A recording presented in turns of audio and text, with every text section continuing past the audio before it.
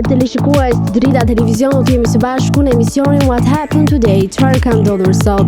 Data sot shënon 31 korrik dhe ne kemi përgatitur disa informacione në lidhje me ngjarjet më të rëndësishme që kanë ndodhur në këtë datë. Ju ftoj që të ndiqni.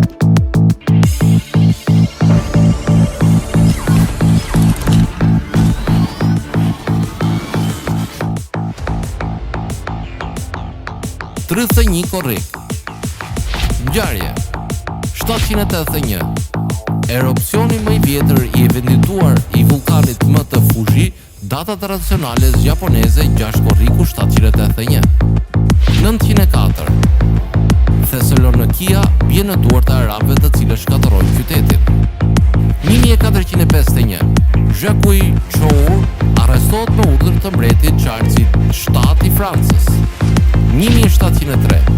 Daniel Defoe vendoset në pilluri për shkak të krimeve. 1741. Mbreti Charles Albert nga Bavaria okupon Austrinë e Sipërme dhe Bohemin. 1930. Emërohet për herë të parë radioprogrami The Shadow. Lindje 1598. Lindi Alessandro Algardi, skulptor italian. 1704. Lindi Gabriel Kramer, matematikan zvicerian. 1718. Lindi John Canton, fizikant anglez. 1803. Lindi John Ericsson, zbulues dhe inxhinier suedez. 1816. Lindi John Henry Thomas, general amerikan. 1843. Lindi Peter Rosiger, poet amerikan. 1884. Lindi Carl Friedrich Godeler, politikan gjerman. 1887. Lindi Hans Freyer, sociolog gjerman. Vdekje 1726. Vdik Nicolas II i Bernoulli, matematikan zvicerian. 1784. Vdik Denis Diderot, filozof dhe enciklopedist francez. 1864. Vdik Louis Hakete, botues francez. 1875. Vdik Andrew Johnson, presidenti i SBA-ve.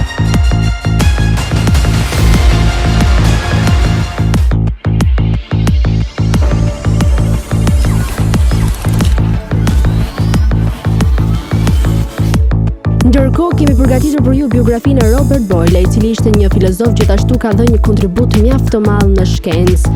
Robert Boyle ka lindur më 25 janar të vitit 1627 në Irlandë dhe ka vdekur më 31 dhjetor të vitit 1691 në Londër. Ai ishte filozof dhe shkrimtar anglo-irlandez, një figurë e shuar e kulturës intelektuale të shekullit të 17. Puna e tij shkencore mbuloi shumë fusha duke përfshirë hidrostatikën, fizikën, mjekësinë, shkencat e tokës, historinë natyrore dhe alkiminë. Në vitin 1660, ai ndihmoi në themellimin e shoqërisë mbretërore të Londrës. Ai ka lindur në një nga familjet më të pasura në Britani. Ishte fëmia i 14 dhe djali i 7 Richard Boyle, kont të parë. Në moshën 8 vjeçare, ai filloi arsimimin e tij formal në kolegjin Eton, ku natyra e tij studiuese u bë shpejt e dukshme. Në vitin 1639, ai dhe vëllai i tij nisën një turne madhështor në kontinent së bashku me tutorin e tyre, Isaac Marcombs. Boyle kaloi pjesë më të madhe të viteve, nga vitet 1652-1654 në Irlandë, duke mbikëqyrë tokat e tij trashëgimore, dhe ai gjithashtu kreu disa diseksione anatomike. Në vitin 1654, ai u ftua në Oxford dhe ai banoi në universitetin nga shekulli 1656 deri në vitin 1668. Në Oxford, ai ekspozua ndaj zhvillimeve më të fundit në filozofi natyrore dhe u lidh me një grup filozofësh dhe mjekësh të shuar natyror, duke përfshirë John Wilkins dhe mjaft emra të tjerë. Këta individ së bashku dhe disa të tjerë formuan klubin e filozofisë eksperimentale, i cili her pas here mblidhe në banesat e Boylet. Pjesa më e madhe e veprave më të njohura të Boyle daton nga ky periudhë. Në vitin 1659, ai dhe Robert Hooke, shpikësi i zgjuar dhe kuratori më vonshëm i eksperimenteve për shoqërinë mbretërore, përfundoi ndërtimin e pompës së tyre të famshme të ajrit dhe përdorë atë për të studiuar pneumatik. Zbulimet e tyre rezultuese lidhur me presionin e ajrit dhe vakumin u shfaqën në botimin e parë shkencor të Boyle, eksperimente të reja fiziko-mekanike duke prekur burimin e ajrit dhe efektet e tij.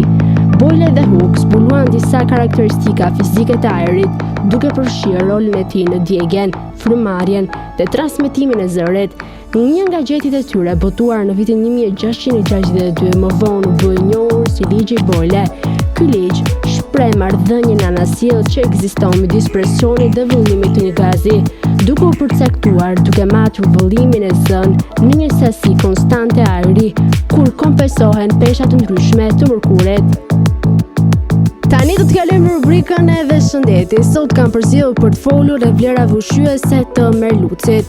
Merluci përmban shumë element mikro dhe makro. Ai përmban kalium, kalcium, magnez, fosfor, natrium, bakër, mangan, hekur, zink, selen dhe strufur. Përbërja e vitaminave të gjithashtu ai përmban një vitamina si vitamin A, C, E, D dhe K dhe një gamë pothuajse të plotë të vitaminave të kompleksit B. Merluci është shumë efikas gjatë një suksesi për një dietë të mirë. Nëse dëshironit që të humbni peshk, mund ta përdorni këtë peshk pasi është mjaft efektiv. Merluci është produkt i dobishëm për sistemin nervor. Përmbajtja e lartë e kaliumit ndihmon në përmirësimin e transmetimit të impulseve përgjatë fibrave nervore. Fosfori, i cili gjendet tek merluci, ndihmon në formimin e indjeve të eshtrave dhe kërcit. Zinku rikthen në mënyrë aktive folikulat e flokëve dhe parandalon shfaqjen e flokëve në ngjyrë gri.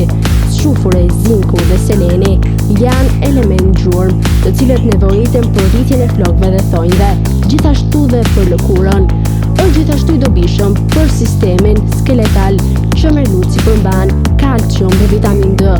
Kjo është veçanërisht e rëndësishme për trupin e fëmijëve. Në dietën e fëmijëve, nëse vendosni këtë peshk, është shumë i mirë në parandalimin e raketikave. Për të rritur, merluci ndihmon në përmirësimin e funksionimit të sistemit nervor, e cila ndodh për shkak të mungesës së dritës së diell dhe vitaminës D. Bolliku i vitaminave B jo vetëm që rikthen sistemin nervor, por gjithashtu ndikon në proceset e hemapoties dhe mpikjes së gjakut. Peshqit me pak yndyrë janë një burim i vlefshëm i vitaminave A, D dhe E, acideve yndyrore dhe elementeve gjurmë si seleni, jodi, zinku, hekuri, kalciumi, magnezi dhe fosfori.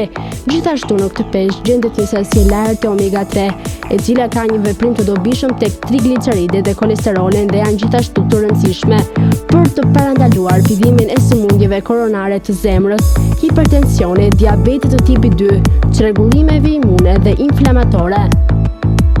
Tani u ftoj të ndiqni parashikimin e motit në territorin shqiptar. Territori shqiptar për datën 31 korrik 2026 do të karakterizohet nga një mot i nxehtë dhe kryesisht i qëndrueshëm. Fillimet do të dominojnë në të gjithë territorin, ndërsa gjatorëve të pazites të relievet malore priten vranësira të lehta deri mesatare, të cilat lokalisht mund të shoqërohen me ndonjë rreshje të izoluar dhe afat shkurtër. Paraditja do të ketë një mot kryesisht me diell në të gjithë territorin, ndërsa në zonat e izoluara do të ketë vranësira të pakta kalimtare. Pazitja vijon me një mot të nxehtë, ndërsa në zonat malore lindore vranësira do të jenë disi më të zhvilluara. Temperaturat minimale priten të zbresin deri në 18 gradë Celsius, ndërsa maksimale do të arrijë deri në 39 gradë. Gjatë ditës priten rreth 11 deri në 12 orë me diell. Era do të fryejë lehtë deri mesatare nga drejtimi veri perëndimor me shpejtësi 3 deri në 6 metër për sekond. Deti do të ketë allgëzim të ulët të rreth 1 deri në 2 pallë. Indeksi ultraviolet për Tiranën pritet të jetë shumë i lartë të rreth 9. Sipas të dhënave astronomike, lindja e diellit në Tiranë do të jetë rreth orës 5:28 minuta, ndërsa perëndimi rreth orës 20:06 minuta. Temperaturat minimale dhe maksimale për disa qytete kryesore të Shqipërisë do të jenë si më poshtë. Shkodër 23 deri në 39 gradë Celsius. Kukës 20 deri në 35 gradë. Peshkopi 19 deri në 33 gradë. Tiranë 25 deri në 38 gradë. Durrës 26 deri në 35 gradë. Kavaj 25 deri në 35 gradë. Elbasan 24 deri në 38 gradë.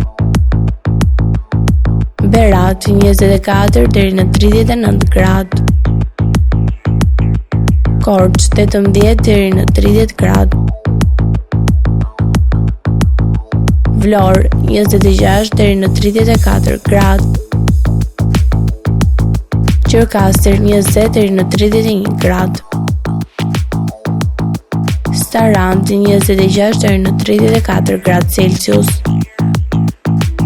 Tani u ftoj të ndiqni parashikimin e motit në territorin e Kosovës.